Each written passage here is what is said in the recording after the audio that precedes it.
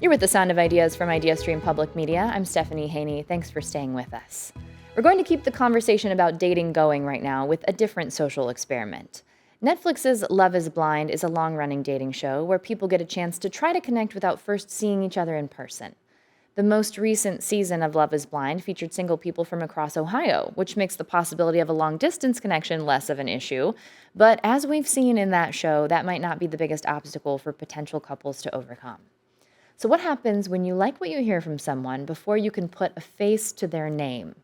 Clevelanders Michael Gibney and Ashley Carpenter lived this reality on Love is Blind, and neither ended up saying I do to their matches on the show after coming face to face.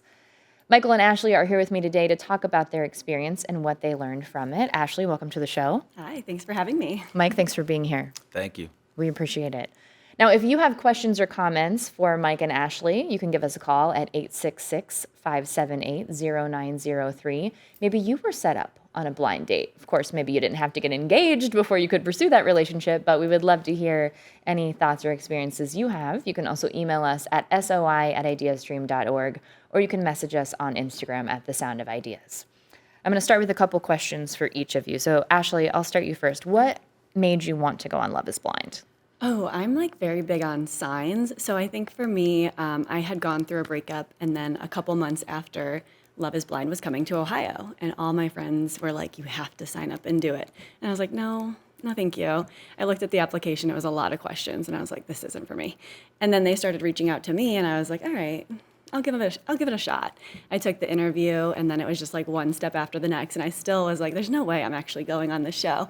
And finally I got the call that I was going, and I was like, all right, let's do it. Like, this is an opportunity. I'm going to say yes. And I was very open to whatever it brought me. If it brought me the love of my life, if it brought me 16 new girlfriends and guy friends, then it's that. If it was a learning lesson, I was open to it. So, What about for you, Mike? What drew you to Love is Blind? Yeah, so for me, a little different. I originally was from New Jersey, and I came over here to Ohio for work. And at the time, I didn't have any family or friends here, and something was drawing me over to Ohio. I didn't know what it was. And then I had a great opportunity to go on the show. And for me, I was like, okay, what if it is my wife? What if it is the love of my life that's calling me over here? Because Cleveland was never on the radar for me. How long had you been living in Cleveland before the opportunity presented itself? I believe it was 3 or 4 months. Oh, wow. And then they reached out. Okay. Yeah, so it was very fresh, very new. So that's what I'm saying. I didn't know anyone. Didn't have any, friends here, really, family. And to get called and pulled over to Ohio, I was like, all right, something's happening for a reason. Don't know what it is yet, but we're going to find out. Okay, talk about serendipity and signs. Yeah. Oh my gosh. Okay, so I want to ask you about this. Did either of you use dating apps before you went on Love is Blind? Oh, yeah. I did for like 5 minutes. I just didn't have any luck with it. I couldn't handle the very surface level conversations, like what's your favorite color? I'm like, I don't care. So this experiment was really appealing because it throws you in to ask those really hard questions very early on. And that's like what I was looking for. I'm a woman in my 30s. I'm like, I'm not trying to waste time, on a possibility. So I was like, these people are like-minded. They are serious about finding a person, finding someone to marry. And that's what was appealing for this. I was never really into the dating apps. Yeah. It is. The reason I ask is because I used the dating apps a little bit myself too, and it really seemed like you make an instant connection with someone and then you meet very quickly, and sometimes you don't get the person that you were expecting. Was that your experience with dating apps? Did that resonate at all with you with the Love is Blind experience? Yeah, so like Ash said, it's very surface level. You're building that connection based off of what you're seeing right away. And then it's, as we find out now more than ever, it's very easy to disguise yourself through social media and a phone. So I think just being able to kind of get those hard-hitting questions and actually form a genuine connection with someone emotionally before you see that physical is huge. And it was a great experience. Another question for both of you. So, Mike, I'll start with you. The altar moments where you decide whether you are going to actually marry this person or not, and it is a real marriage if you decide to do that, those were filmed in April of 2025. So almost a year now that you've had to keep this secret. What was that like for you, Mike? Yeah. There were so many emotions going through that day. Because it is serious. It is a real thing. It's, you're going to say I do in my experience, the rest of my life, right? So the whole experience, you're kind of just thinking everything over and what you know about this person and like how everything has been. And you're like, wow, like this is such a surreal moment. And I never thought it would happen this way, but here we are. And now it's like, okay, you need to make a decision. It's going to be yes, or it's going to be no. So I think for myself, it's just staying true to me and thinking about, my future and what I want. And that's the ultimate decision that I came to. And then you knew the decision that you made, but you couldn't really share publicly about that. So was that difficult? Yeah. It was a little difficult to keep that, keep that in wraps, but eventually everything comes out and then you're able to just speak your mind and go from there. So Everything does come out, which is something that you experienced, Ashley. Some Yeah. of the situations where maybe there was some dishonesty or at least some omission Yeah. happening. What was it like for you? This is a different situation. You're under a non-disclosure agreement. You cannot reveal what's happening in your life. How was that for you? Yeah, I'm like the worst liar possible. If you've seen anything with my dad, he's a question master and, he'll catch me in everything. So keeping something like this was very hard. Like people were like, why were you gone for 3 weeks on PTO? And I was like, no reason, just needed some time away. I think it would have been even harder like if I did get married because I would want to be like screaming from the rooftops, like, yes, I'm married. But with this, I was just like, all right, I'm kind of like returning back to normal life and no one really knows like that I had this secret fiance. So it was a little easier, I guess. But I think if I would have gotten married, it would have been a lot harder to hide that. Sure. I want to remind anyone who's just joining us now on The Sound of Ideas that we're talking about dating on reality television, on national television, and we're talking with two Clevelanders who recently went on Love is Blind, which was an all-Ohio cast for Season 10. If you have any comments or questions, you can give us a call at 866-578-0903.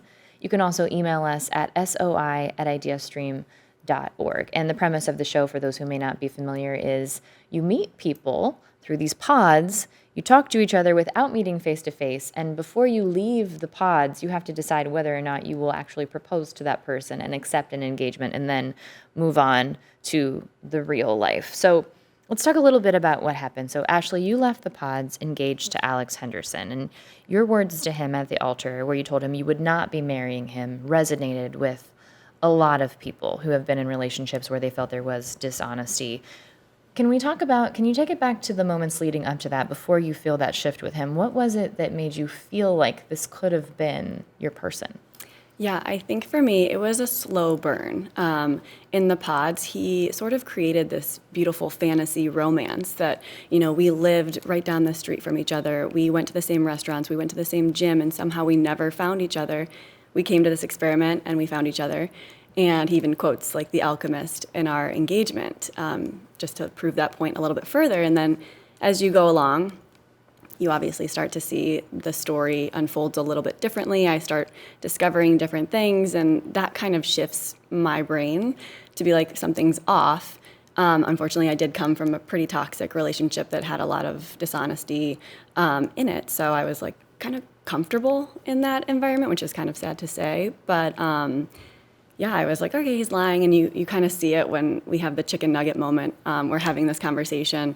He's, spinning his words. We're going around in circles. And then all of a sudden he's like, do you want chicken nuggets? And I'm like, yeah, let's do it. And it's kind of like a blank slate almost. And I see that as a moment of me going back to my old ways, accepting that dishonesty. And, as you go along, you find out more and more and more. And then finally at the altar, I'm just like, I'm not going to marry this potential.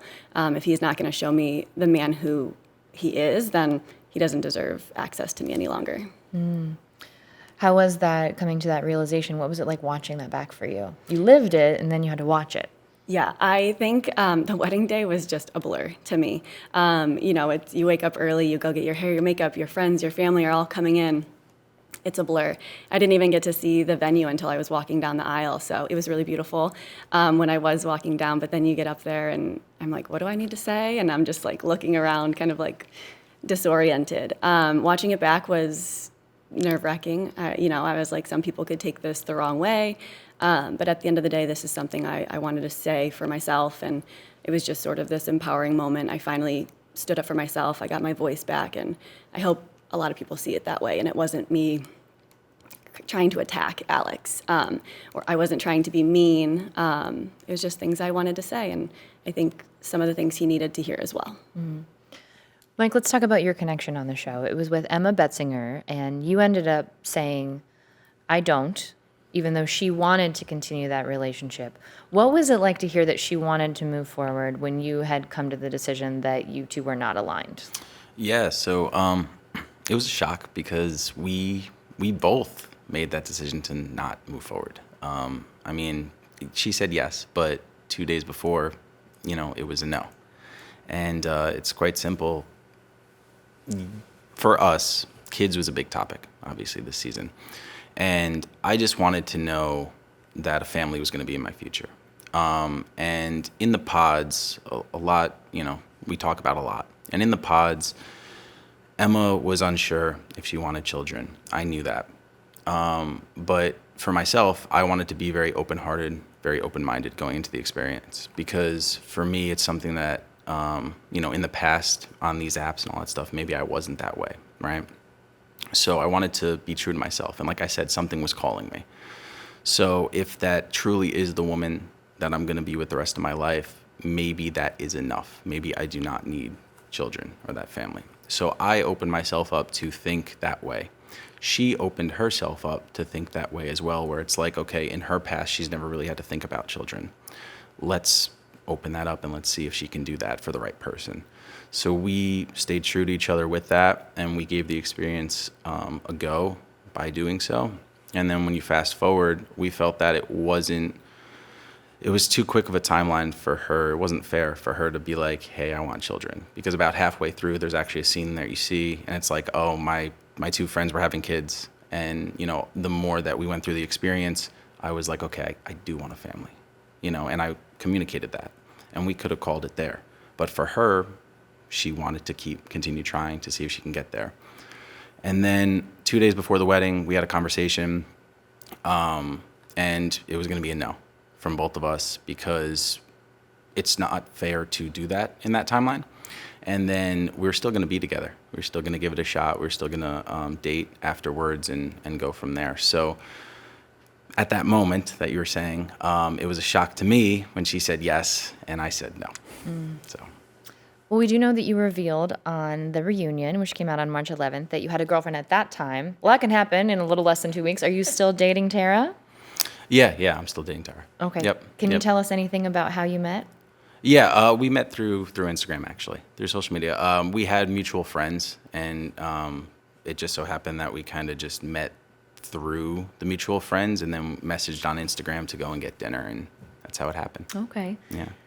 Ashley, you said recently that you were single. You told Entertainment Tonight that you're not dating. Is that still true? It is. I don't really have time for it, if I'm going to be honest. Working full time and then just trying to make sure I'm staying grounded, present with my friends and family. I just kind of want to focus on that at the moment. And then we've got all this craziness with the show going on. So just staying present as much as I can. What has it been like? We talk about how people turn to social media for connection. You met Tara through social media, before this aired months and months ago. What's it been like having people commenting publicly on your dating experiences? Oh, God. Roller coaster. 1 week it's good, and then the next drop comes, and it's like, oh, you're the worst or whatever. So it's been fairly positive. It is just crazy. I didn't expect it. I didn't expect so many people to have so much to say, but it's been fairly positive for me. Yeah, I mean, it's wild to see the interaction through social media. You know what I mean? And like we were saying earlier, everybody's very confident behind a screen. So you're going to get, just crazy messages that come through. And it's important to just stay true to yourself. And, everybody gets it. Nobody's perfect. So just stay true to yourself and don't even look at that. Yeah, can't get too high on the highs or too low on the lows, for sure, in these kind of situations. We do have a question for you, Mike. Now, people who may not be aware, Emma had a birthmark when she was born, and there were several surgeries that had to happen in order to remove that because there was a concern it might be cancerous. Yes. Emma was adopted, so she didn't know her family history, so that was a concern for her related to the children. So Sarah writes in and says, was adoption ever an option for you guys since children were important? Yeah, absolutely. So again, we talk about a lot on the show. And you don't get to see all that, unfortunately, based on the edit. You get to see a very small fragment. So we did talk about adoption. We talked about genetic testing. We talked about, again, possibly not having children, right? So everything was covered, and it's just you don't get to see that. And I know on the show, especially with my edit, it's like, okay, I want kids yesterday. It's not the case. It's really not. And, Emma and I both agreed that on our timeline, my timeline, what I wanted was get married, and then within 2 to 5 years, have my first child. So it was a pretty normal timeline, I'd like to think. And, if Emma could get there, right, with having a family and having children with me, she was under that same timeline too. And she agreed to that. So the birthmark and everything, it was something, just listening to her story, it was beautiful. And how she handles and navigates everything, I couldn't imagine going through that myself. So I was trying to be as supportive as possible. And then again, we explored every avenue. So. Okay. Well, you're not single, so I'll ask you a different question. But first, I'll ask Ashley, would you ever date on reality TV again? I would, if it was the right opportunity, if it was something that kind of aligned with who I am and my morals. I don't think I have the hips to go on Love Island or anything like that. I'm too old for that, I think. But yeah, if it was something that felt right to me and, it supported my values, morals, ethics, whatever, I would do it again for sure. It was fun.